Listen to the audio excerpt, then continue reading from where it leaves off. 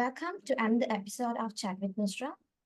Today, I'm your host, Nusra, with a wonderful woman, Asma Muzammil. Welcome to the show, Asma. Thank you, Nusra. It's a great honor to be here. I'm really excited and looking forward to this. Yeah. So let's move on to the questions. In your own words, how do you define women empowerment? Women empowerment to me recently is something that I've been thinking of a lot personally. Um, Normally people think about feminism and they think about women showing their strengths and, moving forward independently and all of that. But um, since uh, I've been getting a bit closer towards my religion more, I've understood that Islam mostly involves around women empowerment, not feminism itself. For me, women empowerment is that a woman can have her own thing, but it doesn't necessarily masculinate her, or it doesn't have to intimidate anyone, but it has to be a source of inspiration for others, and set a good like a role model for others, I would say. Yeah. Exactly. So that was a very clear definition because most of people they mistake as women empowerment as a feminism. So that's a big deal, I think. But and Yeah, a clear definition for it. Thank you so much, Asma. Yeah. sure. So, reflecting back, what were some key turning points in your career that led you to QA despite initially wanting to be a developer? That's a really good question. I really love this question because it's something that personally hits home for me. Because I really like noticing patterns in my life or in anything in general. Interestingly, I really wanted to join the team that I'm in 1 year later from the time that I actually joined. So I was thinking of like working towards it and having like my actual skill set built so that I can be a web developer. But in between that, a turning point that I couldn't control was like the department I was currently working in had to be closed down due to restructuring and stuff, like because of the company's like business goals. So then with that, we were given the opportunity to choose which department we would like to be a part of. So I took the blind step there, really, with like skills at all, but I took that step, and I'm really grateful to my boss at that time who checked with me, like Pasindu. He checked and he told me they will be giving me a space where I can learn while being on the job. So that's one of the main turning points, I would say. And the second turning point came a few months after that, where I was helping them maintain like the WordPress site that they had for Third Space Global. And interestingly enough, I came across the word QA. So I was like, okay, let's see what this is like.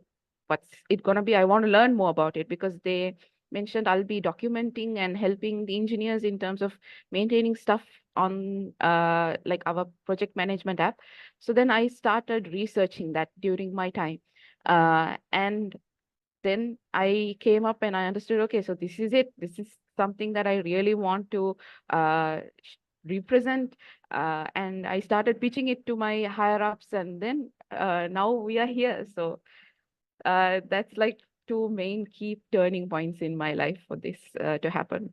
Yeah, so it's an incredible journey because finding out what works best for you, trying out many things, and finally found your passion. Because what we work, we have to be very happy of it, right? So I'm very glad that you Indeed. found it. Let's move on to the next question. Share a personal experience, like where you overcame the self-doubt or a setback, like the confidence cocktail. Can you spill the recipe for it? Okay, so that's interesting. I wouldn't say like I am the most confident person. Um, but I wouldn't recommend per se, but I would say to some extent, making sure that you get your facts straight and trying to keep it as professional as possible in the situation. Um, And also sometimes the imposter syndrome can work, like acting like you're confident and all of that. But after some time, it's more of like, I think personally in my journey of like being more confident, I've learned to love like the silly part of me, or the parts that I mistake or get embarrassed about, because I'm such an overthinker and very conscious about like what people think about of me. But then I internalized it. What do I think about myself? What do I want to do? So I would say think about yourself first. And when you put yourself first and avoid the opinions of others, it's a different like confidence trip on another level, because you are just thinking about yourself in your head. But people are seeing a confidence that they can't think where it came from, but it's from you actually. So that's something I would personally recommend. I'm still on that journey. So that's something that popped into my head that I could say at this point. Yeah. Yeah, so that was a really great reply because sometimes people misunderstand like when we put ourselves as like it's selfish, but it's not being Yeah. selfish, right? So it's like self-love. We have to love Yeah. ourselves first before we spread for others. So think about your ideal work environment. So what specific policies, practices, or cultural aspects would make you feel truly supported and empowered as a woman in that space? Yeah, so since I've had the opportunity of working in such an environment, I would say the fact that like when you bring forward ideas, uh, that it is valued, and they are ready to give you the lead to even take it forward, uh, and give you the help that you need, if so. So those are very important things, and also giving you the opportunity to further push that uh, skill. So those are some really important things I would say in terms of like grooming you towards using that power, and taking you forward to the next level and finding new things along the way. I hope that answers the question. Yeah, exactly, because the supportive environment, right? So that makes everything feel better. Have you seen gender gaps in participation at workplaces or conferences that you attend? Like, and if so, what do you think are the key factors contributing to any gaps like you have observed in women's participation? It's a very good question. It's something that I've noticed a lot, even in my company. So when I joined 3 years back, it was just me and another two women that were in the field. In our team of like, let's say 20, 30 people, there were only three women. So you can see that there is a big, like I Gender. would say, yeah, gender gap there. And you can see that with that, let's add another layer to it. Like when you are hijabi, it's like there's another set of challenges you have to go through. So there was a lot of challenges in terms of like keeping up with the stress levels, and also making sure that you understand technical terms, and also being tech savvy enough to be included in conversations, I would say. And it's not just in the company that I've noticed. When I attended events too, I've noticed that uh, in terms of the software industry, we have very less women being involved. Not that there aren't, but it's like very less when you take it uh, by organization or by community in the area or something like that. So I wouldn't say it's a bad thing, but it's more like a lot of people uh, can't put up with the challenge of it sometimes. So personally, when I look at myself, I wanted to be a web developer, and then I moved to quality assurance because that more aligned with my goals.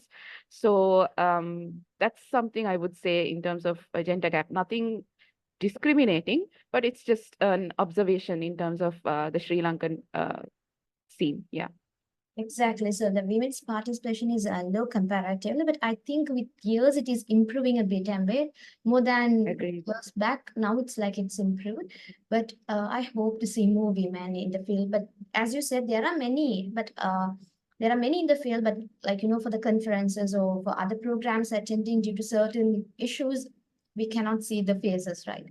So couldn't agree more. Yeah. So let's get reflective for a moment. Let's move on to some quick fire questions. So are you ready for it? Sure. Okay. So what's, according to you, are the 5 absolute must-haves for women? Um, Good question. So I would say confidence, self-love, and being yourself no matter what. And I would say enjoying whatever moment you are in, whether it's in the office, at home, living in that moment. And um, also self-care, whether it's mental health or whether it's something you want to do for like to take care not just of your physical and mental health, but also your spiritual well-being, I would say. So yeah. So what's the weirdest food combination you have ever tried and secretly enjoyed? Hmm. So in terms of weirdest food combination, so something that I tried recently was the mint chocolate a cake. It was something that I've never like thought how it would taste. So it was different. I wouldn't say very good. It's like around like a 70% good kind of thing. Uh, it was interesting, but surely toothpaste somewhere there. So it was very different and weird to some I think extent. most people like mint, but I don't like the flavor at all. There you go. So it's like a controversial topic. Yeah. Yes. So what's a powerful quote on women empowerment that that inspires you? Um, if I think in terms of quotes, Mm, I would say I've seen a lot of feminism quotes overall. Mhm. But in terms of empowerment, woman empowerment, something that always resonates with me is uh, the fact that in Islam, a woman is considered a queen Mhm. or a princess.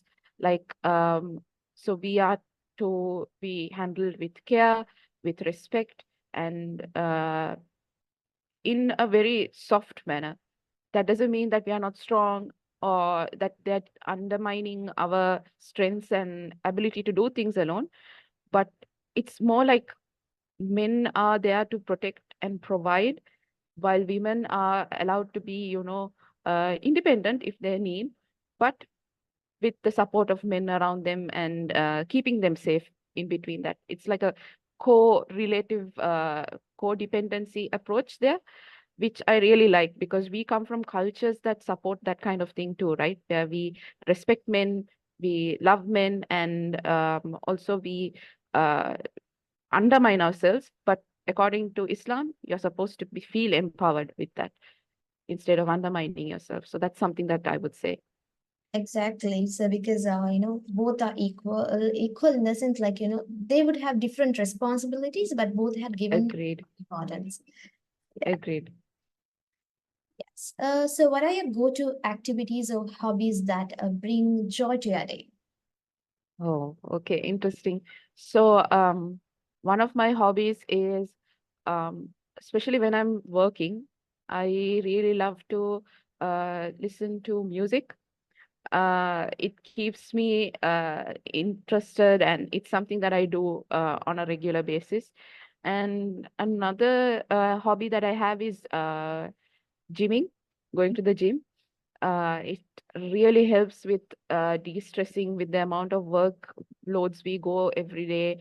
And it's a point where like your brain is switched off. So I really love getting that in.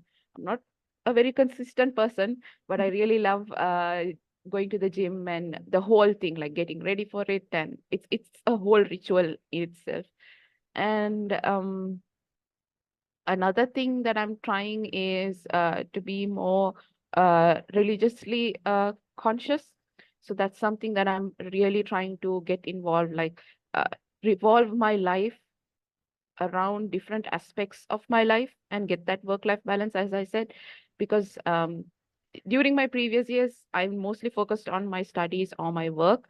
So I want to move away a bit from that and get to a space where I have a uh, life out of that, I would say, because I want to maintain that. And also occasionally reading, I would say.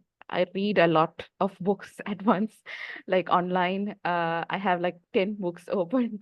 And yeah, that's basically it. Gymming, reading, and music.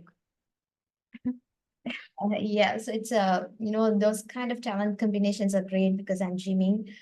That's really great. Yeah. But what is the most unusual item on your bucket list? Hmm. Unusual items. Hmm. Uh, I wouldn't call it unusual, but unrealistic sometimes. I really want to travel a lot around Sri Lanka, Mhm. um, because there's so much to see, I would say. Um, and if I were to put it in an unusual way, something that's on my bucket list is to travel by bike.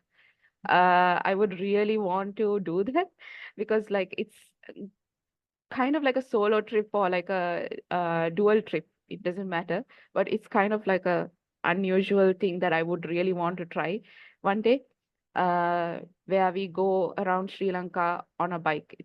Because I don't think as women we get to do that a lot. I really want to try that. So yeah, What's your weirdest talent that not many people know about? weird talent. Um, Most of my weird talents or habits, mostly people about me know, especially people who are close to me. Weird talent, I would say a weird talent that even shocks me is the fact that I do a lot at once. Um, I have a lot going on all the time, and sometimes it exhausts me. Even I didn't notice it until like very recently that I have always get involved in a lot of things, and then I'm like I can't commit myself 100% sometimes to it. So I'm very careful of how I use my time. I try to make sure that I don't overdo it. So yeah, that's, I would say, somehow a weird talent. Yeah. Yeah, because managing time is something that's very crucial, like, because with work overload and everything, it's going to be hard. Agreed, agreed. Yeah. Starting your post, I think that was the first time that I reached out to you regarding the TEDx Colombo, right? So it's like you had Yeah. amazing time at TEDx Colombo 2023. So giving you a positive experience, I'm very curious to know like what aspect of the event left the most lasting impression on you. And do you think like attending events like TEDx Colombo can be empowering for women in general? uh I totally agree with that, because it's not just about like, networking and all of that. I don't think a lot of people were able to network per se there, because like after the pandemic a lot of people are very nervous about going out, very conscious about it and everything. Personally, I was also like that. So I went there just to see, because I was very curious.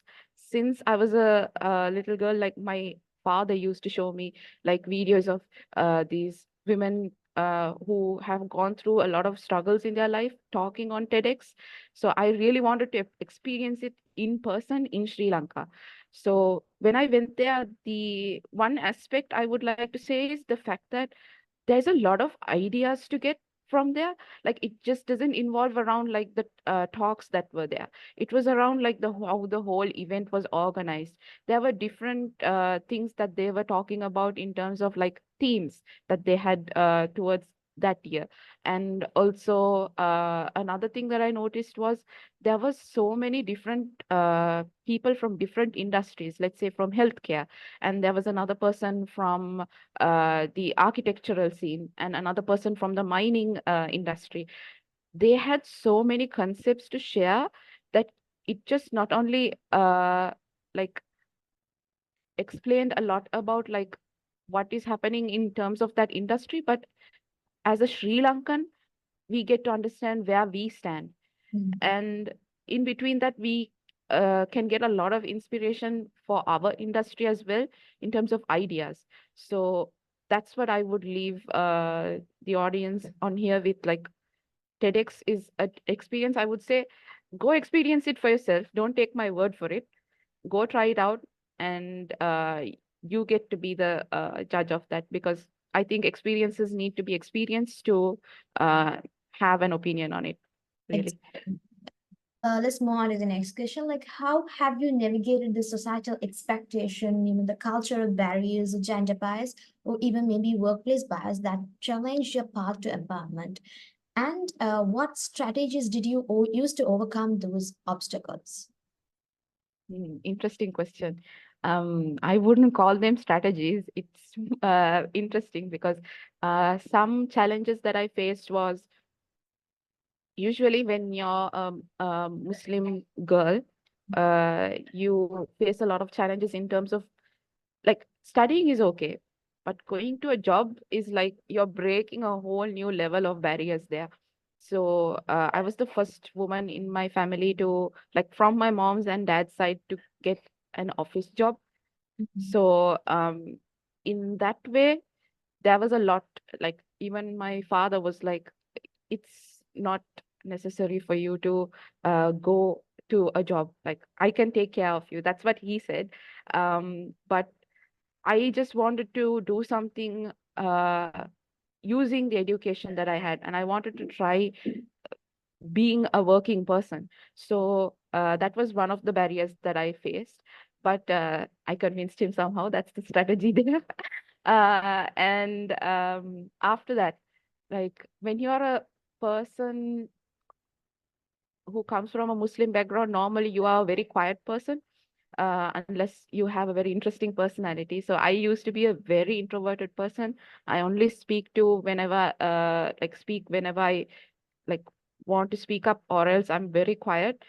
Um, but that all changed when I went to Third Space Global, because of the culture there, because it's always about inclusiveness, and it's about, like, speaking up, speaking your thoughts, sharing your ideas, getting involved and working with people together. So with that, I've come to a place where I'm very comfortable with interacting with people, no matter how awkward it is or how challenging it can be. So that's another thing. And also another taboo topic is, like, about, once you reach a certain age, the only expectation from you sometimes is to get married. Um, so it's a very taboo topic for us, because it kind of is very sensitive, because it brings out different emotions for people. Um, I would say one thing I've personally understood is marriage is a part of life as well as work. It's parallel. It's not one straight line where you have to choose, like, which one you're going to go for. Though there will be need to be, like, percentages of uh, prioritization there, in terms of, like, if you are going to get married and work, or if you're going to let go of that, all of that.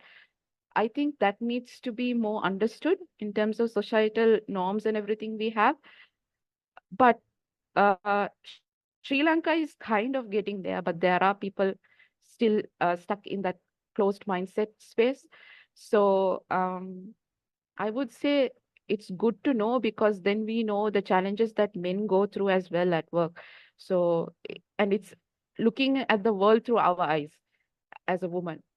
So that makes us more better future parents as well, I would say, because we know about the world that we live in and all of that. So I think we need to take the positive outlook on anything, because there is good and bad in both. But Mhm. yeah.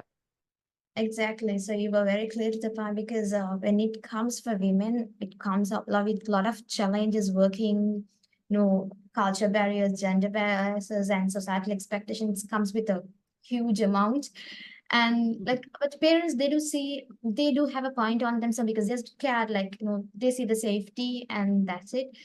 And with in terms of marriage, people often usually think that, okay, you have to, it's like an option, it's a choice for most people. Yeah. not a choice. Like we need both in our life. Yeah. That everyone needs to understand. As you said, Asma, totally agree with you. Can you share the insights on how much importance the financial independence for women?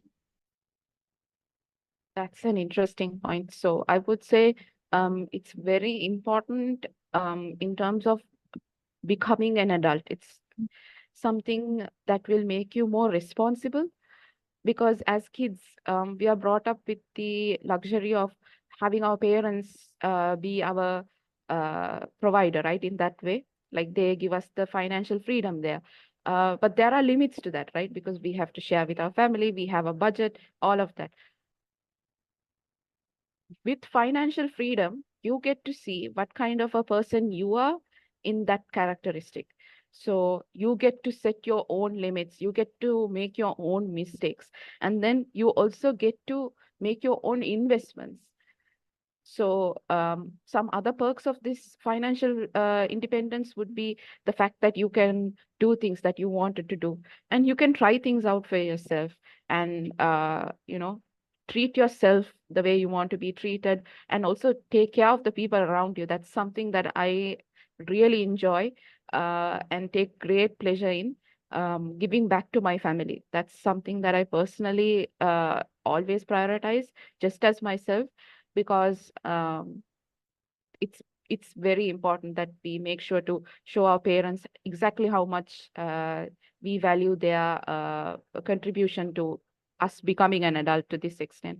And also financial independence would also play a very big role in terms of your confidence level uh, towards even having a family, or like in any realm. It's going to take you to a next level because you know how to manage finances there. So yeah. Yeah, that was a very good answer, Asma. Yeah. What's the most outrageous piece of unsolicited advice you have ever received as a woman? So one thing that to know about me is I'm a very emotional person. Um, I try to make sure to maintain like my professional stance no matter what the occasion. Um, but I am a very emotional person, and I am very empathetic towards others. So I tend to prioritize how others feel, which is very challenging when you're a lead, especially because it's very hard to bring up very conflicting topics. Like, let's say, okay, so like for an example, I get that you're going through something, but we need to get this done. Or like, okay, let's not focus on that. Let's focus on this for now, and then we'll get back to that. Or give it some time, it'll be okay. So getting to those conversations is a bit hard, I would say. Um, and when it comes to those conversations, when you like ask for advice around, I would say the most toughest thing was they told me like not to be emotional, because funnily enough, it's kind of like being a woman also, right? Like being emotional, technically, uh, mostly the angry part, but yeah, and then the sad part. I'm totally agree Uh, with you. So when you get frustrated and stuff, sometimes you don't know how to voice it out. So then they mentioned that it's better to make sure that uh, it was unsolicited advice, because I took it personally, because I take my advice personally because it's feedback too, right? So with that, they also mentioned to stick with facts and to keep emotions out of the conversation, especially in conflicting conversations like that with your subordinates or anyone you're dealing with. So uh, it can take a toll on you, I would say. But I have come to understand that uh, emotional feeling emotions is not a weakness. It's a part of something that makes you human.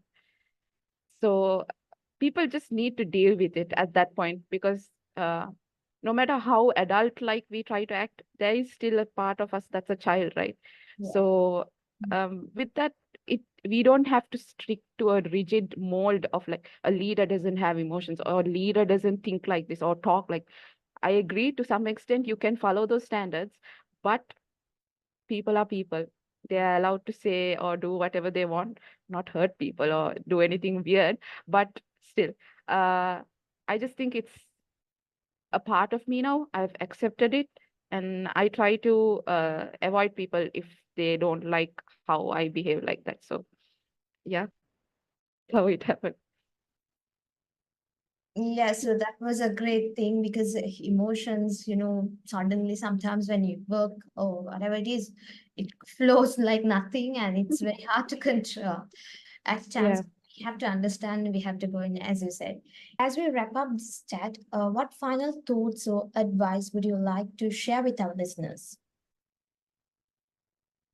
Um, if I were to share something with the audience here, I would say no matter what, um, don't give up, because you need to be there for yourself. And it's really challenging when there are external factors affecting your plans and stuff like that. I would say believe that there is a better plan for you, there's a better thing coming your way, and keep working hard and consistently. For sure, things will happen at the right time. Be confident, and seek out help. Talk to people who you really trust if you feel really stressed. Don't, you know, numb it out and wallow in your like struggles. And also, I would say be proud of yourself, because I know a lot of people can't do it like how you do it. For anyone out there, it's always challenging. Even the basic stuff that you're going through might be something like, there are people who have depression and can't get out of bed even. So make sure to value those small things and just be happy. Just make sure that you are happy. Eat what you want. Uh, Go and try things that you want to do and have fun, I would say. Life is to live. So, yeah. Exactly. So it was a great piece of advice, Asma. Like you summed up everything. Yes. So thank you, Asma, like for sharing your incredible journey and the insights with us today. And also, the passion for technology, the leadership, and it's very inspiring. And so thank you so much. Thank you so much for giving a time from your busy schedule. No problem at all. Thanks for having me, Nusra, because this is something totally out of my comfort zone. And I'm really happy to be part of this. I really loved being a part of this interview. I enjoyed it a lot. So thank you so much for the opportunity. Um, Yeah. So stay tuned for more inspiring stories on our next episode. This is your host Nusra signing off from Chat with Nusra. Until next time, keep exploring, learning, and empowering one another in the world of tech.